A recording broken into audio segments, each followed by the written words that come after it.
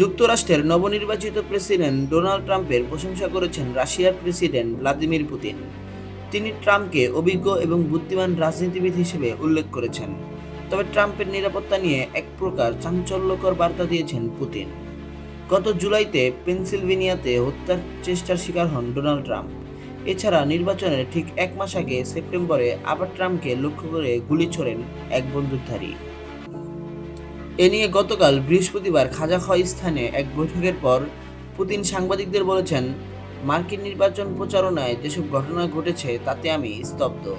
ট্রাম্পের বিরুদ্ধে যে হত্যা চেষ্টা চালানো হয়েছে সেইসবও উল্লেখ করেন পুতিন।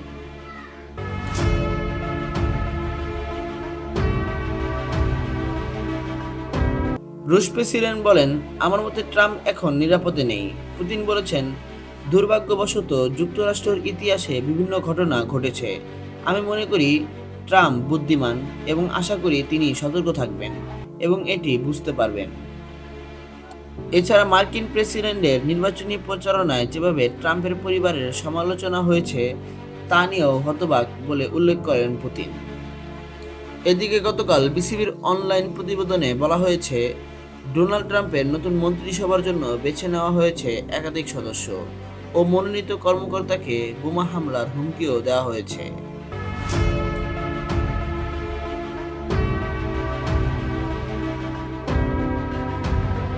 মার্কিন গোয়েন্দা সংস্থা এফবিআই জানিয়েছে, গত মঙ্গলবার রাতে এবং বুধবার সকালে ট্রাম্পের মন্ত্রিসভার মনোনীতদের বেশ কয়েকজনকে হুমকি দেওয়া হয়। এসব কর্মকর্তাদের বোমা হামলা চালিয়ে প্রাণনাশের হুমকিও দেওয়া ছাড়াও সোয়াটিং অর্থাৎ ভুয়া ফোন কল করে বাড়িতে পুলিশ পাঠিয়ে হয়রানি করার হুমকিও দেওয়া হয়েছে। বিবিসির প্রতিবেদনে বলা হয়েছে, ট্রাম্পের হবু প্রশাসনের প্রতিরক্ষা, আবাসন, কৃষি ও শ্রম মন্ত্রণালয়ের মন্ত্রীপদের জন্য মনোনীত ব্যক্তিসহ অন্তত 9 জনকে হুমকি দেওয়া হয়েছে। এ তালিকায় জাতিসংঘে মার্কিন রাষ্ট্রদূত হিসেবে ট্রাম্পের মনোনয়ন পাওয়া ব্যক্তিও আছেন।